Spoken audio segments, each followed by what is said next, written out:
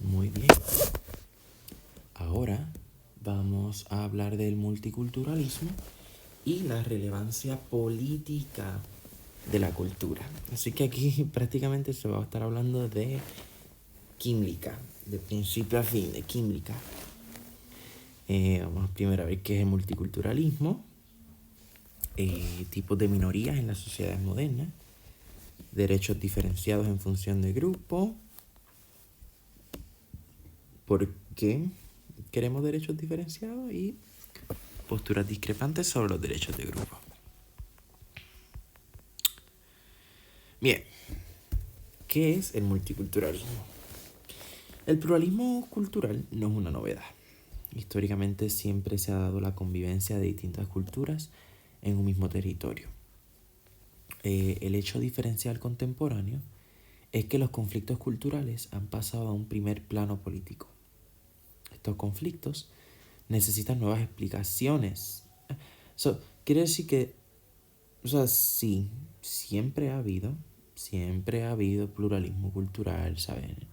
La gente no necesariamente ha pertenecido a una sola cultura, pero con el paso del tiempo eso de esta cuestión de una cultura chocando con otra ha pasado a convertirse en un problemita.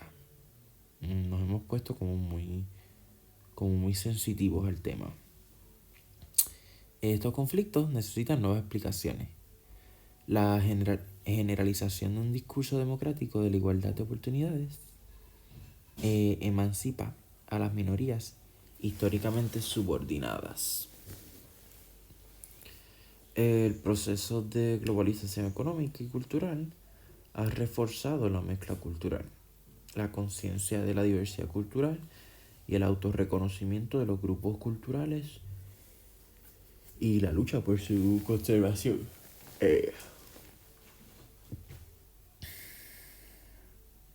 Entonces, por último está el declive del Estado culturalmente homogéneo, producto de la globalización, de hecho. La fantasía de un Estado asimilado a una nación se desvela como una ficción alejada de la realidad e imposible de cumplir. O sea, que sí que este es algo importante, se ha convertido en importante esto de la pluralidad cultural, pluralismo cultural, por esas tres razones. Ahora queremos que todo el mundo tenga igualdad, ha habido globalización y el Estado ha perdido poder. Vamos a ver. Propuestas de distinción conceptual, o sea, no es lo mismo. Según De Lucas, multiculturalidad no es multiculturalismo. Multiculturalidad es el hecho de la pluralidad de culturas, diferencias étnicas, lingüísticas, religiosas, nacionales, bla, bla, bla. Es un concepto que describe la cultura, ¿verdad? Describe multicultural. Multiculturalismo es una posible respuesta normativa ante el pluralismo cultural. Eso fue De Lucas. De Lucas hizo la distinción.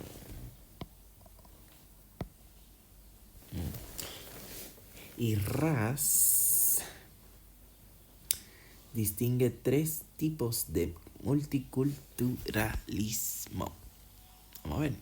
Tenemos primero, hay uno que es el bueno. Hay uno, este no es muy bueno. Multiculturalismo de la tolerancia, que es permitir que las minorías tengan su modo de vida siempre que no interfieran con la cultura de la mayoría. Y esta es la forma histórica de multiculturalismo. No es muy buena, porque ¿qué significa interferir con la cultura de la mayoría? Existir allí. O sea, el hecho de que tú estés en un sitio involucra o supone una intervención. Así que no basta con solo tolerar. Y tampoco basta con no discriminar. Pero bueno, vamos a ver. Segundo, multiculturalismo de la no discriminación. O multiculturalismo de la igualdad. Es el derecho individual contra tratos injustificados por nacionalidad, raza, etnia, religión, género o condición sexual. Extensión de los derechos civiles y políticos constitucionales. O sea, no solamente estamos diciendo, ven, puedes estar aquí después que no nos moleste. Decimos, estás aquí y tienes derecho. Te- estás igual que nosotros. Es como quien dice, uno de nosotros. Uno más. Bienvenido al club. Pero veremos que esto no es tampoco lo más correcto. Servicios públicos no reservados para la mayoría, sino que todo el mundo puede acceder a ellos. No es suficiente tampoco. Tercer tipo de multiculturalismo es el multiculturalismo realmente. Multiculturalismo como tipo de multiculturalismo. Es la afirmación de que pluralismo cultural es un valor en sí mismo. La importancia del grupo para el individuo, su identidad y bienestar son puestas como algo bien esencial. Hay un rechazo de presupuestos excesivamente individualistas. Es un poquito comunitarista, no te creas. No te creas.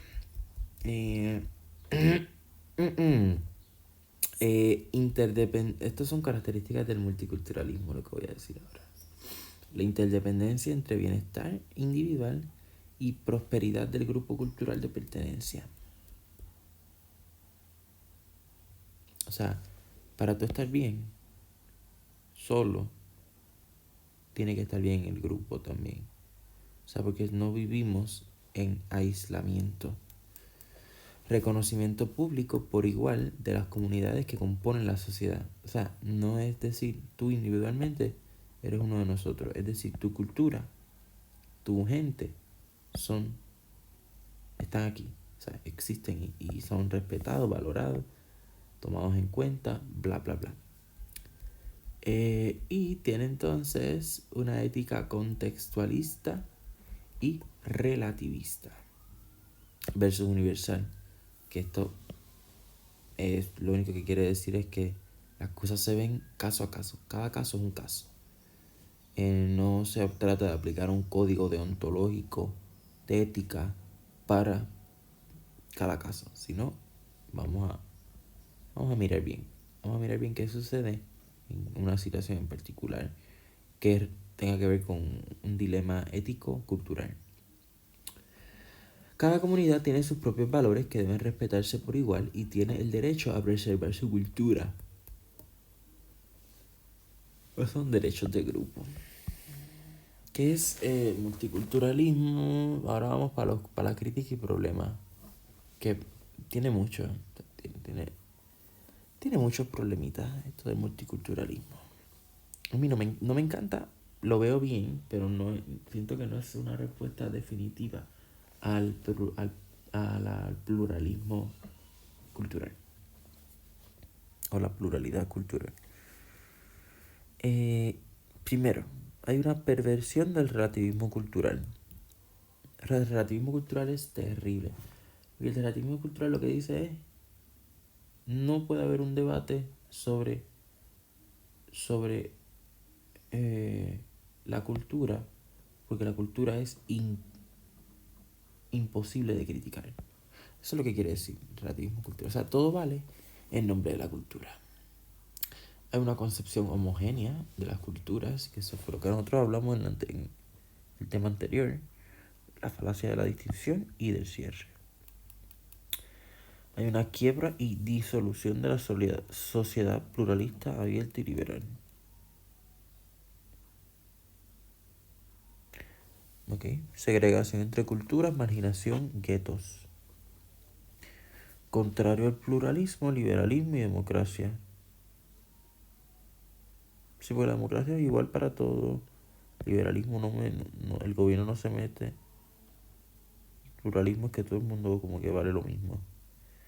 Acá no, acá se trata de dar unos derechos especiales y como que una reivindicación, vamos a decir así.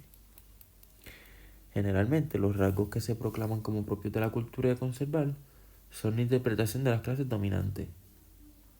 Inclusive dentro de una cultura minoritaria hay personas que tienen más poder y no necesariamente representan una cultura de manera justa.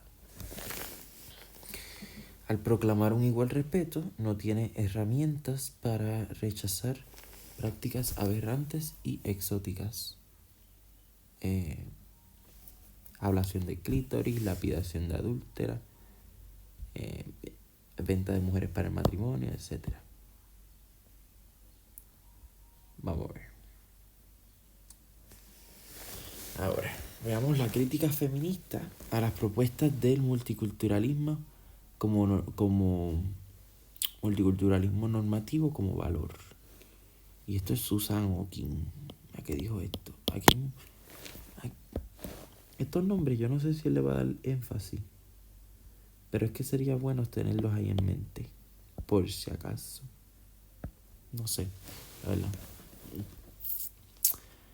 Las culturas tradicionales que exigen igual derecho y preservación son, con frecuencia, patriarcales y discriminadoras con la mujer y minorías intraculturales, dado que la interpretación de esa cultura que se impone como correcta es la establecida por el heteropatriarcado dominante. La reivindicación de los derechos de grupo o preservación cultural puede vulnerar la igualdad entre hombres y mujeres o de otras culturas, a otras personas que no se ajustan a la norma cultural impuesta. ¿Es la cultura una justificación válida para no aplicar los derechos fundamentales de un Estado o los derechos humanos? Yo digo que no.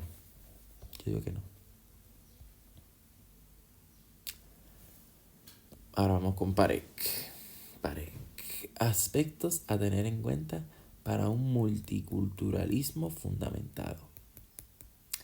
Los seres humanos estamos culturalmente situados, pero no culturalmente determinados, ya lo habíamos dicho.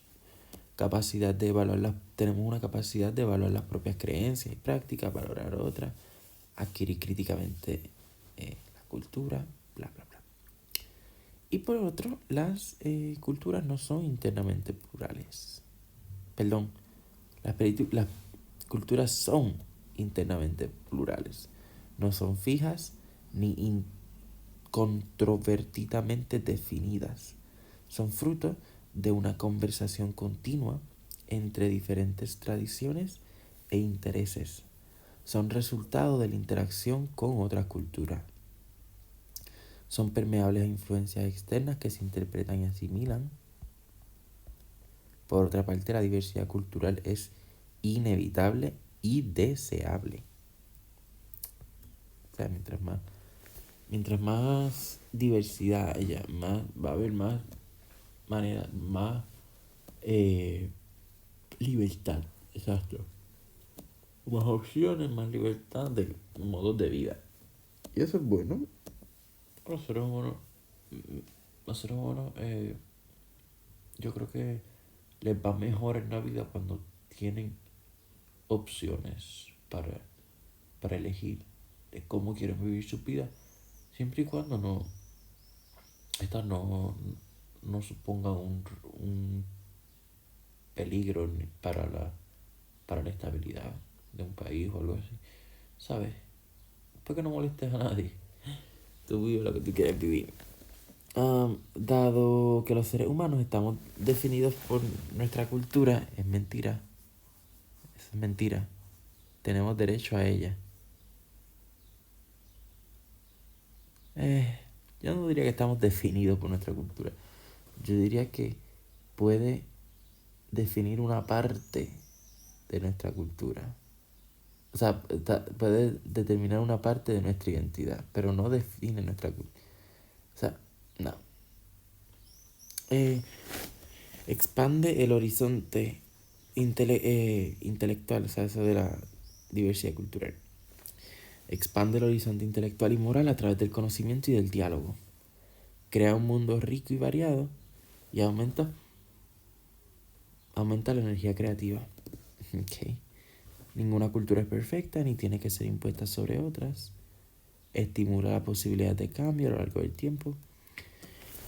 Gracias a la crítica interna, Estimula una sana competición entre diferentes sistemas de ideas y modos de vida que previene la dominación de alguna de ellas y facilita la emergencia de nuevas verdades transculturales. Emergencia en cuestión de o sea, que salen nuevas verdades transculturales. Bien. Aspectos a tener en cuenta para un multiculturalismo fundamentado. Por aquí para abajo vamos a seguir hablando de Parekh. Yo pensé que era química, pero todavía no estamos con química, creo. Decir que la diversidad cultural es deseable no implica que las prevalecientes formas de esta deban ser preservadas. O sea, por la cuestión, eso sería entrar en la falacia de la autenticidad o la falacia del cierre también. Una cultura, esto es Parekh dijo esto hace 24 años. Estaba en 2024, diablo. ¿Verdad? Estaba en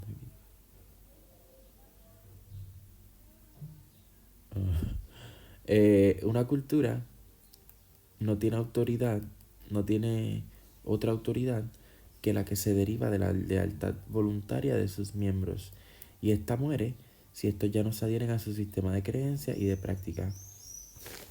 Ninguna puede, por lo tanto, ser preservada a la fuerza o por medios artificiales.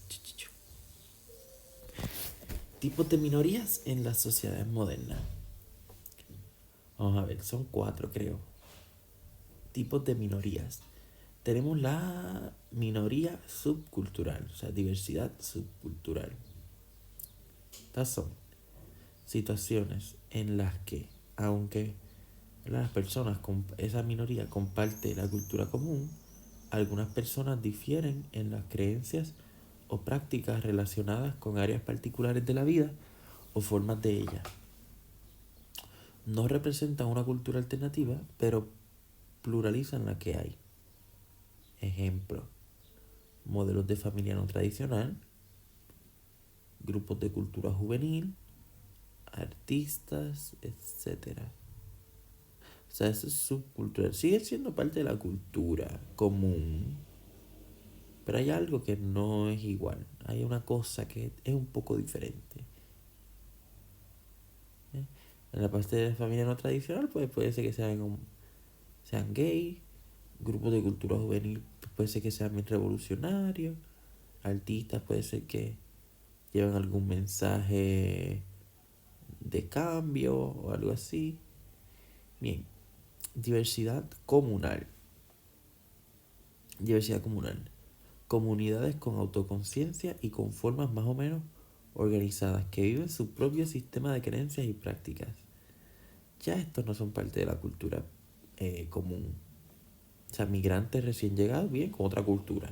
Esa gente no, es de otro lado. Eso es feo, pero son gente de otro lado. Comunidades ya establecidas. Gitanos, judíos, amish, pueblos indígenas, grupos nacionales minoritarios. Toda esa gente no viven como una burbuja. O sea, son su propia cosa. Allá aparte. Diversidad comunal.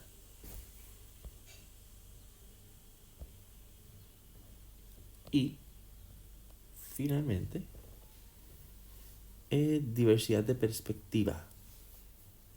Miembros de la sociedad muy críticos con principios o valores centrales de la cultura prevaleciente. Esas son personas que son muy activistas, con intenciones y acciones activistas de carácter activista, sí. Buscan reconstruir la sociedad según sus propios principios. No son subcultura porque retan sobre fundamentos teóricos las bases de la cultura establecidas según la interpretación cultural dominante. Por ejemplo, grupo feminista luchadora contra la sociedad patriarcal. Ecologistas contra el enfoque antropocéntrico. Ahí está.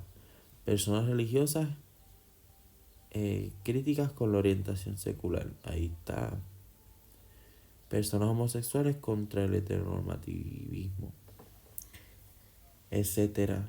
Ambientalistas luchando por... Ajá. Filósofos luchando por justicia global. Taca, taca, taca, taca, taca. Por ahí para abajo. Hay muchas. Ahora llegamos a química. Ya iba yo a decir dónde está química. Vamos con química. Las sociedades modernas son multiculturales, es una realidad. ¿Cómo debe gestionar el Estado esta realidad? Química nos va a decir. Esto es un poquito complicado por aquí para abajo, pero vamos a meterle mano.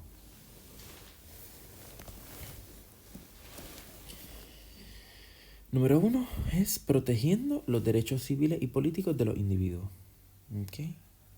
Protegiendo la libertad de acción y elección de los individuos, se protegen sus opciones culturales, libertad de asociación, culto, expresión, organización política, etcétera, para proteger la diferencia cultural. O sea, que no puedes decir, no, aquí no puedes construir una mezquita. Pero sí, aquí puedes construir una mezquita si tienes el dinero y toda la cosa que hace falta. Igual que cualquier otra iglesia normal, o catedral, capilla, lo que sea. Pues lo hace. Ejemplo. Si quieres, si sientes la necesidad de marchar por los derechos de que ellos qué, pues lo hace. Tú sabes, no te podemos tumbar. No podemos ponerle límites a cosas que no le ponemos límites a otras personas. Todos los ciudadanos disfrutan por igual de estos derechos. La protección que ofrecen estos derechos es suficiente para muchas formas de diversidad.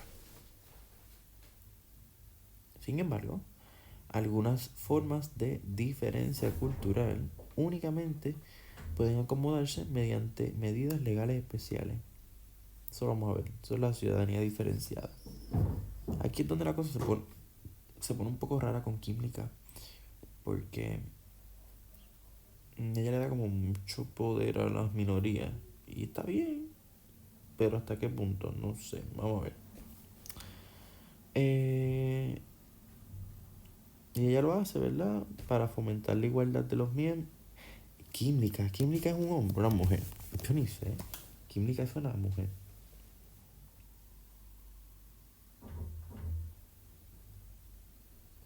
No, es un hombre. Química es un hombre. Ay, Jesús. Eh, ok. Química es un hombre. Bien, se llama Will Química. Y yo Química mujer. Nada.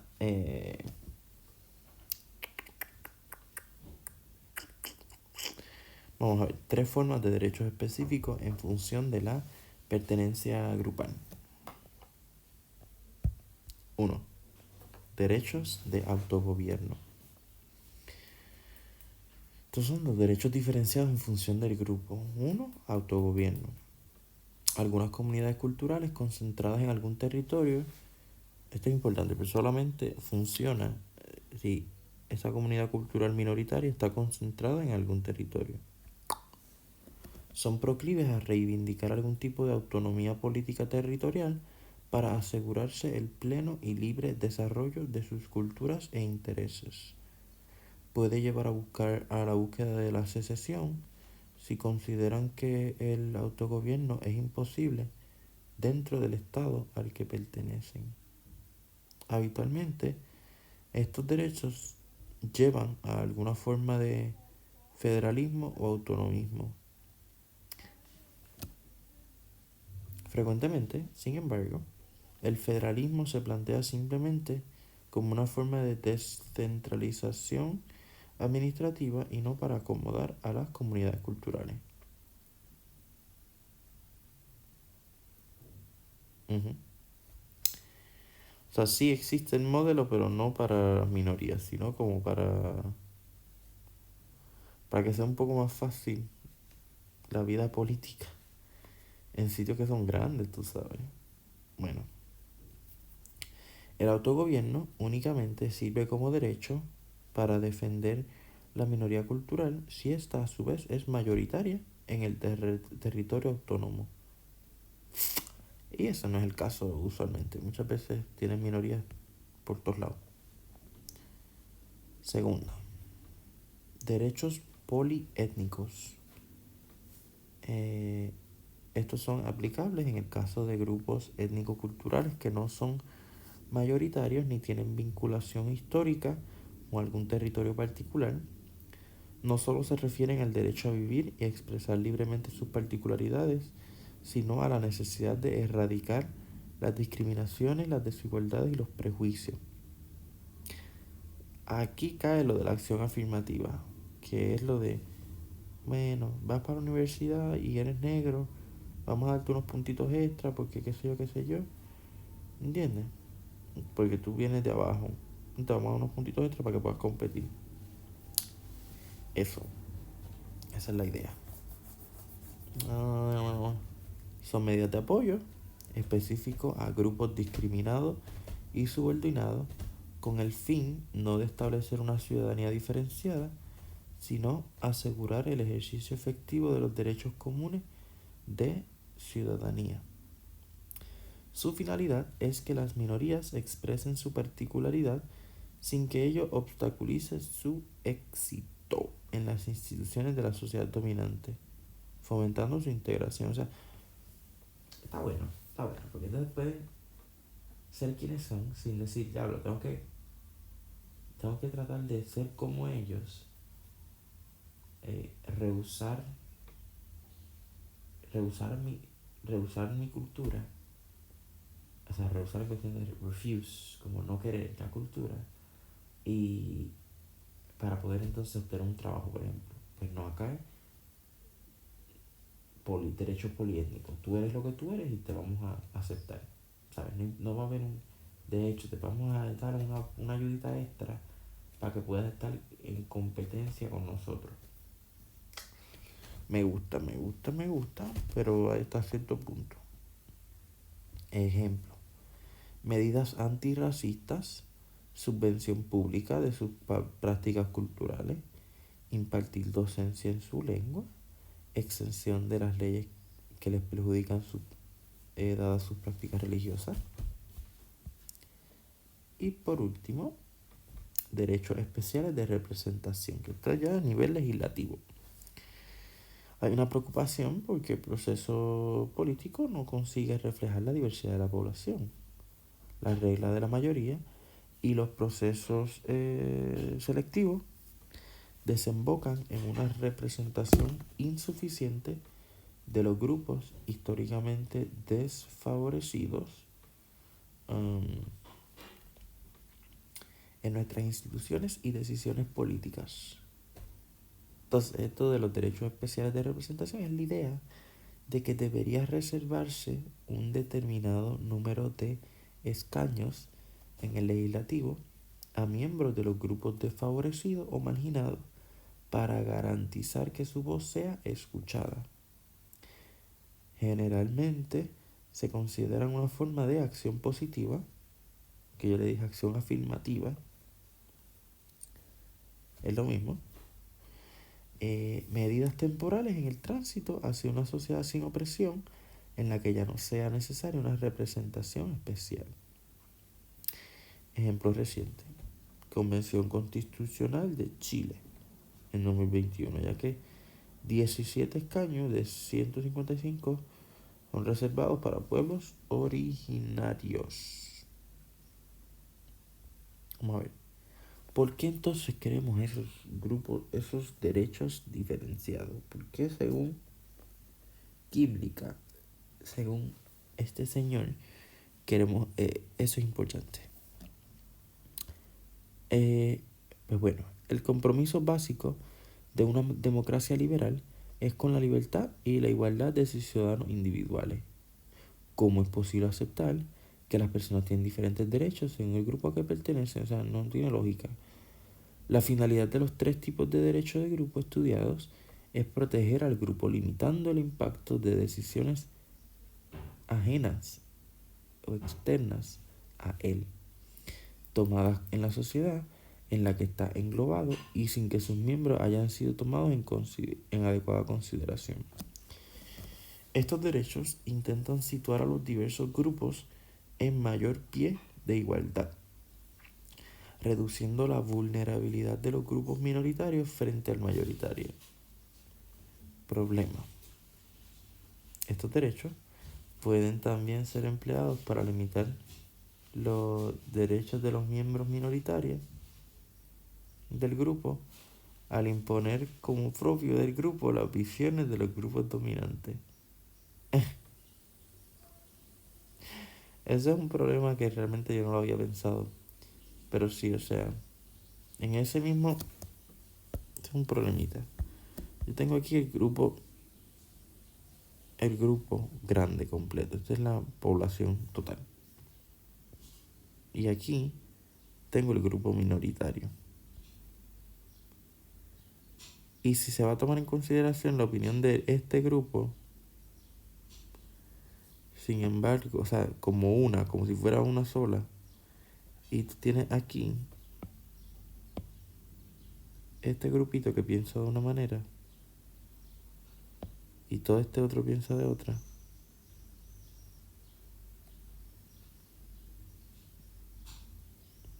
Y tú entonces tomas a todo este grupo como uno y dices entonces que se va a hacer esto. ¿Dónde queda la opinión de este grupo?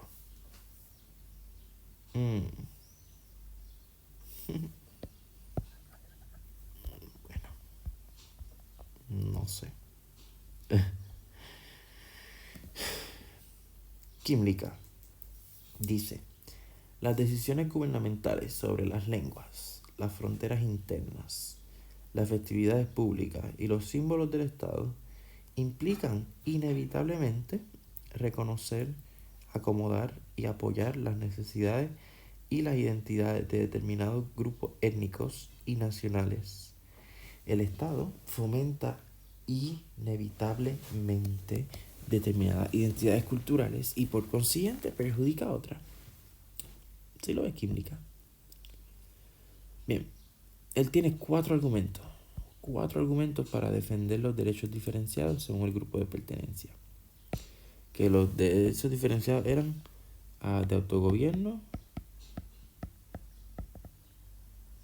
poliétnicos y de representación. ¿Verdad? A ver, el último era... Sí, de representación. Bien, vamos a ver el primer argumento. El argumento de la igualdad. Los derechos diferenciados son imprescindibles para asegurar que todos los ciudadanos sean tratados con genuina igualdad. Genuina igualdad. La acomodación de las diferencias constituye la esencia de la verdadera igualdad. Igualdad no significa que todos debamos ser iguales, sino que nuestras diferencias son tratadas por igual, sin privilegiar unas. El trato desigual a colectivos subordinados o explotados lo que busca es eliminar estas diferencias. Estos derechos pretenden eliminar las ventajas injustas concedidas históricamente a los grupos mayoritarios o privilegiados.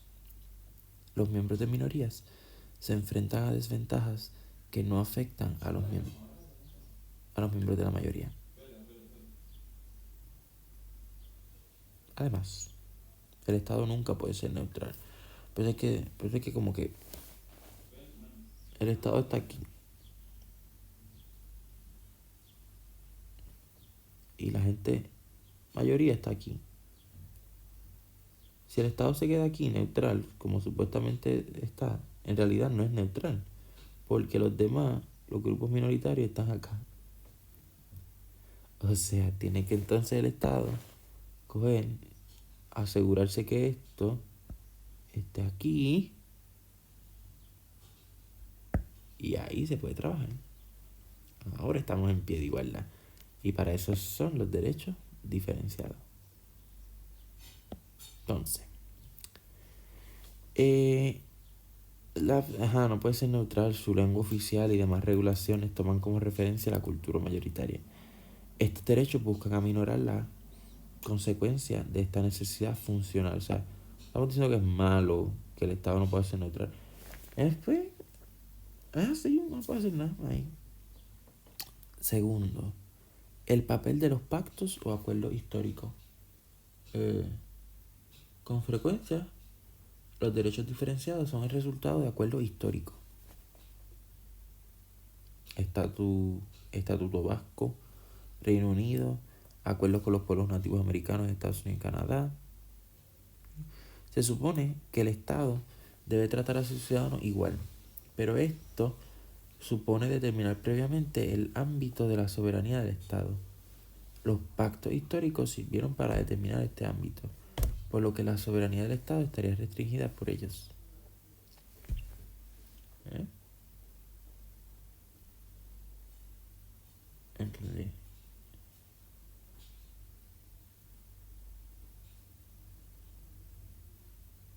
Oh, ya. La forma en la que se incorpora una minoría nacional puede originar derechos diferenciados. La cuestión no es cómo debe el Estado tratar a sus minorías, sino los términos en los que los colectivos deciden asociarse. Problemas.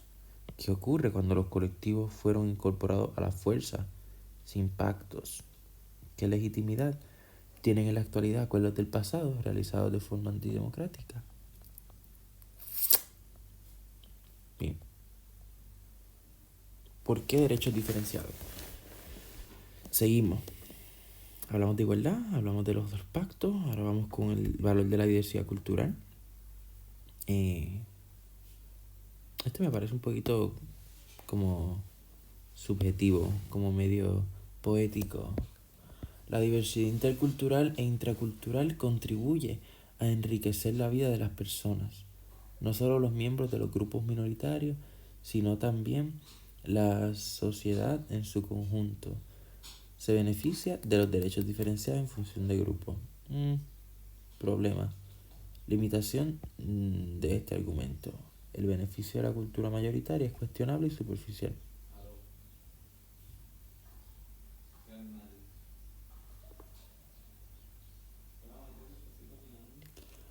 4. La analogía con los estados. Una razón para la existencia de los estados es que estos sirven para proteger la pertenencia cultural de las personas. Una razón para separar estados es reconocer que las gentes pertenecen a culturas separadas. Problema. Este argumento reposa en la ficción del nacionalismo de que cada estado puede y debe ser equivalente a cada nación. Además, no ayuda a las minorías de los estados multiculturales actuales. Bien.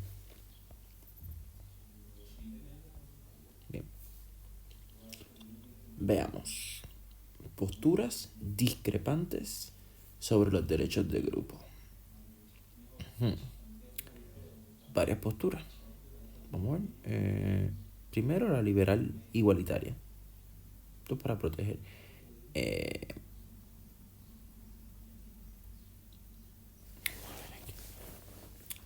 John Rawls, Brian Barry y Ronald Dworkin son defensores de la postura liberal igualitaria. Ellos dicen, mira, la mejor forma de proteger la diversidad son los derechos individuales. O sea, los derechos humanos, iguales para todos. El Estado debe ser neutral en cuanto a las diversas culturas y modos de vida.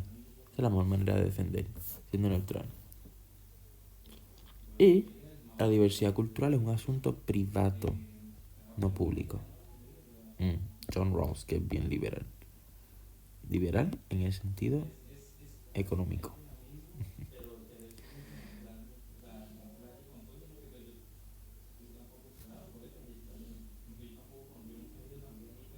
Tenemos entonces la postura culturalista liberal. Ahí está Will Kimlicka y pues, Joseph Raz. La pertenencia cultural es un valor importante, precondición para el ejercicio de la autonomía. Hay una necesidad de protección mediante derechos diferenciados en función de grupo. Estos derechos los ejercen los individuos, no los grupos. O sea, no son derechos de grupo, son derechos para el grupo. Este es el republicanismo, donde el representante Jürgen Habermas, el republicanismo dice: las diferencias deben ser respetadas, pero es necesario que los ciudadanos mantengan algunos valores comunes ya, para garantizar una mínima integración que es necesaria para el mantenimiento del Estado, en especial si es el estado del bienestar, en especial. Entonces, estos valores comunes deben basarse en los fundamentos constitucionales, patriotismo constitucional, y la cultura política común debe desconectarse de las identidades culturales prepolíticas. Esta se parece un poquito a la primera, a la liberal igualitaria. Y finalmente la comunitarista, que a mí no me gusta. Los representantes son Charles Taylor y Michael Walzer. Estos dicen: la pertenencia cultural es fundamental para la identidad de las personas. Cada cultura tiene sus valores y no pueden ser universalizados. Eso es relativismo cultural. Y defiende los derechos de grupo, que eso ahí se diferencia a la culturalista liberal. Bien, estas son las posturas discrepantes. Hablamos de la liberal, la